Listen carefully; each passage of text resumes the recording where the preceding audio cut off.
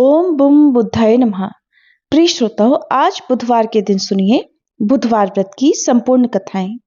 एक समय की बात है कि श्री विष्णु भगवान का विवाह देवी लक्ष्मी जी के साथ निश्चित हो गया। विवाह की तैयारियां होने लगी। सभी देवताओं को निमंत्रण भेजे गए, परंतु गणेश जी को अलग से निमंत्रण नहीं दिया। कारण जो भी रहा हो, अब भगवान विष्णु की बारात जाने का समय आ गया। सभी देवतागण अपनी अपनी पत्नियों के साथ विवाह समारोह में आए। उन सब ने देखा कि गणेश जी कहीं दिखाई नहीं दे रहे। तब वे आपस में चर्चा करने लगे कि क्या गणेश जी को न्योता नहीं दिया है या फिर स्वयं गणेश जी ही नहीं आए हैं। सभी को इस बात पर आश्चर्य होने लगा। तभी सबने विचार किया कि क्यों न श्री विष्णु भगवान से ही इसका कारण पूछा जाए। विष्णु भगवान से पूछने पर उन्होंने कहा कि हमने गणेश जी के पिता भोलेनाथ महादेव जी को न्योता भेज दिया है। यदि गणेश जी अपने पिता के साथ आना चाहते तो आ जाते। अलग से न्योता देने की कोई भी आवश्यकता नहीं थी। और दूसरी बात यह है कि उनको 1.25 मन मूंग, 1.25 मन चावल, 1.25 मन घी और 1.25 मन लड्डू का भोजन दिन भर में चाहिए। यदि गणेश जी नहीं आएंगे तो कोई बात नहीं, दूसरे के घर जाकर इतना सारा खाना पीना अच्छा भी तो नहीं लगता। इतनी वार्ता कर ही रहे थे कि किसी एक ने सुझाव दिया, यदि गणेश जी आ भी जाएं तो उनको द्वारपाल बनाकर बिठा देंगे कि आप घर का ध्यान रखना।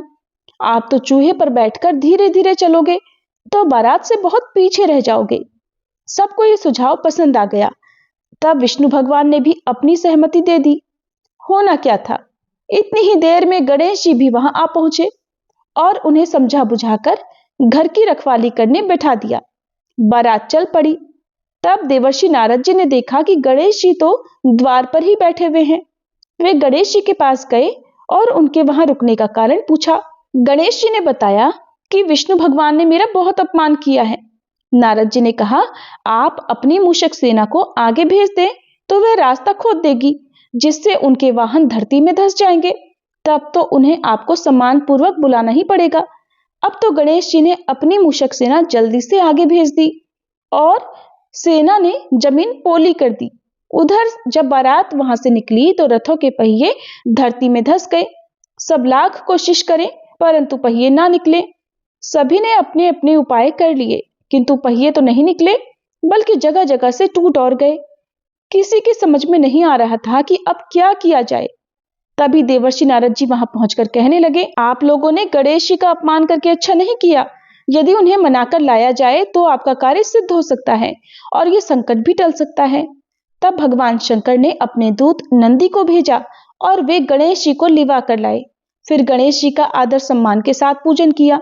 तब कहीं रथ के पहिए निकले। अब रथ के पहिए तो निकल गए, परंतु वे टूट फूट गए। उन्हें सुधारे कौन? पास के ही खेत में एक खाती काम कर रहा था, उसे बुलाया गया। खाती अपना काम करने से पहले श्री गणेशाय नमः कहकर गणेश जी की वंदना मन ही मन करने लगा। देखते ही देखते खाती ने सभी पहियों को ठीक कर दिया। तब खाती कहने लगा कि हे देवताओं, आपने सर्वप्रथम गणेश जी को नहीं मनाया होगा और न ही उनकी पूजा की होगी, इसीलिए तो आपके ऊपर ये संकट आया है।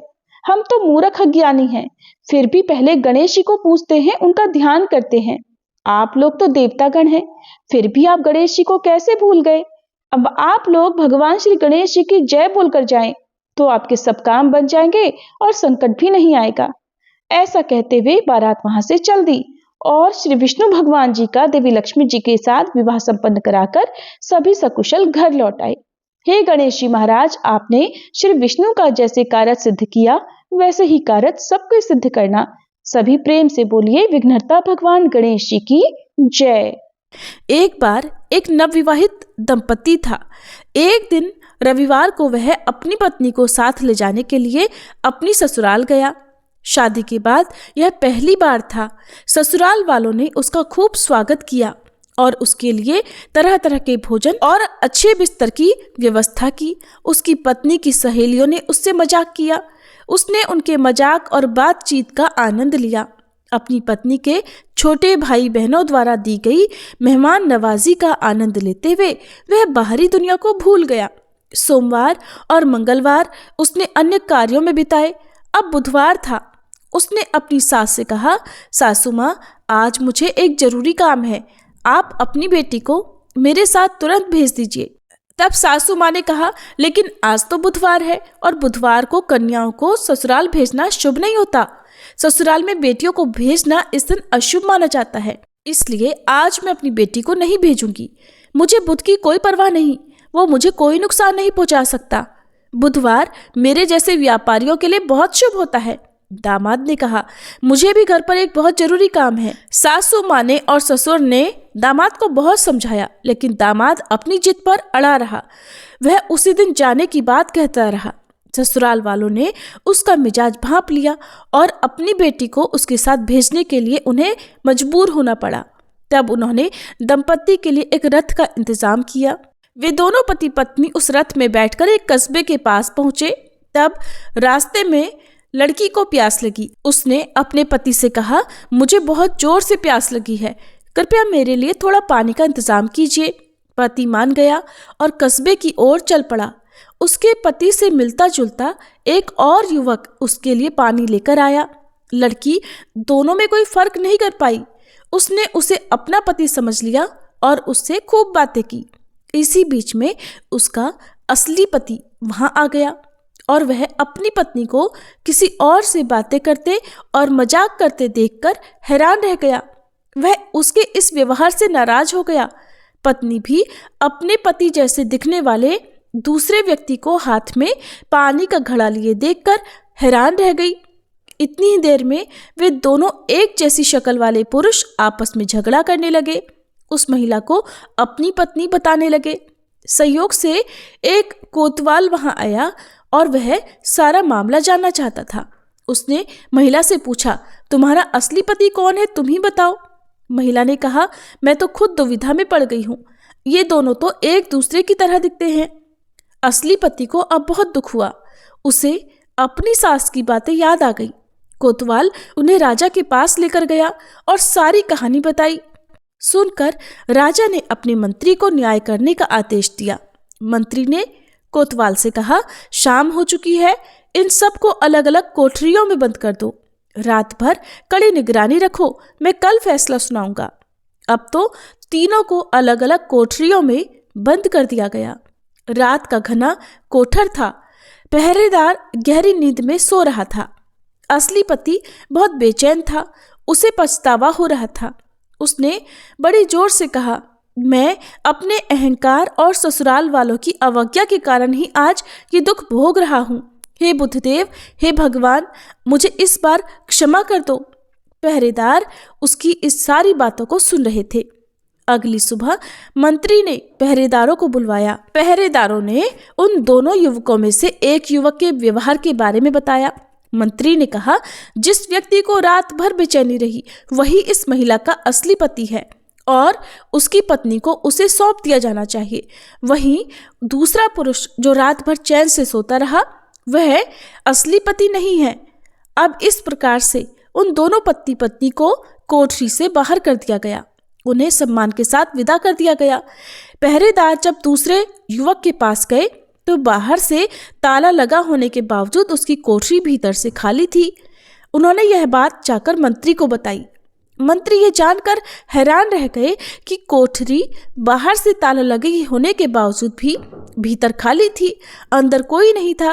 तब वे वरिष्ठ मंत्री के पास गए और उन्हें पूरी बात बताई। वरिष्ठ मंत्री मुस्कुराए और बोले कि लापता कैदी बुद्धदेव हैं। बुध बुधवार को शासन करते हैं। इस व्यक्ति ने बुध के अधिकार को चुनौती दी थी। बुद्धदेव को बुरा लगा, इसलिए उन्होंने सबक सिखाने के लिए उसके पति का वेश धारण कर लिया। आज गुरुवार है, बृहस्पति गुरुवार को शासन करते हैं। बुध ठीक सूर्योदय के समय गायब हो गए, इसलिए डरो मत, पहरेदारों की इसमें कोई गलती नहीं है। अब राजा अपने मंत्री के फैसले से प्रसन्न थे। उधर पति पत्नी दोनों घर पहुंचे और जाकर उन्होंने अपने प्रियजनों को पूरी बात बताई। तब से वे दोनों पति पत्नी परिवार सहित बुद्धदेव की पूजा अर्चना और व्रत करके कहानी का श्रवण करने लगे। आप सब भी प्रेम से बोलिए, बुद्ध देवता की जय। अगर कोई व्रत की कथा सुने और लपसी तपसी की कहानी ना सुने तो व्रत कथा का पुण्य पूरा नहीं मिलता। इसलिए आप सुनिए लपसी और तपसी की कहानी। एक बार एक लपसी था, एक तपसी था। तपसी हमेशा भगवान की तपस्या में लीन रहता था। लपसी रोजाना सवा सेर की लापसी बनाकर भगवान को भोग लगाकर जीम लेता था। एक दिन वे दोनों आपस में झगड़ा करने लगे। तपसी बोला, मैं रोज भगवान की तपस्या करता हूँ इसलिए मैं बड़ा हूँ। लपसी बोला, मैं रोज भगवान को सवा सेर लापसी का भोग लगाता हूँ इसलिए मैं बड़ा हूँ। नारद जी वहां से गुजर रहे थे।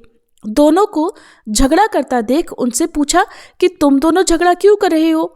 तब लपसी ने खुद को बड़ा होने का कारण बताया और तपसी ने भी खुद को बड़ा होने का कारण नारद जी को बताया। सुनकर नारद जी बोले, तुम्हारा फैसला तो मैं कर दूंगा। दूसरे दिन लपसी और तपसी स्नान कर अपनी रोज की भक्ति करने आए तो नारद जी ने छुपकर 1.25 करोड़ की एक एक अंगूठी उन दोनों के आगे रख दी। तपसी की नजर जब अंगूठी पर पड़ी तो उसने चुपचाप अंगूठी उठाकर अपने नीचे दबा ली। उधर लपसी की नजर भी अंगूठी पर पड़ी लेकिन उसने ध्यान नहीं दिया और भगवान को भोग लगाकर लापसी खाने लगा। नारद जी जब सामने आए तो दोनों ने पूछा, बताइए नारद जी, हम दोनों में से कौन बड़ा है। तब नारद जी ने तपसी से खड़ा होने को कहा। वह खड़ा हुआ तो उसके नीचे दबी हुई अंगूठी दिखाई पड़ी। नारद जी ने तपसी से कहा, तपस्या करने के बाद भी तुम्हारी चोरी करने की आदत नहीं गई इसलिए लपसी बड़ा है और तुम्हें तुम्हारी तपस्या का भी कोई फल नहीं मिलेगा। तब तपसी शर्मिंदा होकर क्षमा मांगने लगा। उसने नारद जी से पूछा, नारद जी, मेरी तपस्या का फल फिर मुझे कैसे मिलेगा। तब देवर्षि नारद जी ने बताया, अगर कोई गाय और कुत्ते की रोटी नहीं बनाएगा तो फल तुझे मिलेगा। अगर कोई ब्राह्मण को जिमाकर दक्षिणा नहीं देगा तो फल तुझे मिलेगा। अगर कोई साड़ी के साथ ब्लाउज नहीं देगा तो फल तुझे मिलेगा। अगर कोई दिए से दिया जलाएगा तो फल तुझे मिलेगा। अगर कोई सारी कहानी सुने लेकिन तुम्हारी कहानी ना सुने तो फल तुझे मिलेगा। उसी दिन से हर व्रत कथा और कहानी के साथ लपसी तपसी की कहानी भी सुनी और कही जाती है। अब सुनिए गणेश भगवान की आरती। जय गणेश जय गणेश जय गणेश देवा, माता जाकी पार्वती पिता महादेवा। जय गणेश जय गणेश जय गणेश देवा, माता जाकी पार्वती पिता महादेवा। एक दंत दयावंत चार भुजाधारी, माथे सिंदूर सोहे मूस की सवारी। जय गणेश जय गणेश जय गणेश देवा, माता जाकी पार्वती पिता महादेवा। पान चढ़े फूल चढ़े और चढ़े मेवा, लड्डुअन का भोग लगे संत करे सेवा।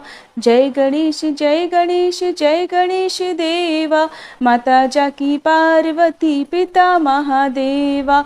अंधन को आँख देत कोढ़िन को काया, बांझन को पुत्र देत निर्धन को माया। जय गणेश जय गणेश जय गणेश देवा, माता जाकी पार्वती पिता महादेवा। सूर्य श्याम शरण आए सफल की जय सेवा, माता जाकी पार्वती पिता महादेवा। जय गणेश जय गणेश जय गणेश देवा, माता जाकी पार्वती पिता महादेवा। दीनन की लाज रखो शंभु सतकारी, कामना को पूर्ण करो जाऊं बलिहारी। जय गणेश जय गणेश जय गणेश देवा, माता जाकी पार्वती पिता महादेवा। जय गणेश जय गणेश जय गणेश देवा, माता जाकी पार्वती पिता महादेवा।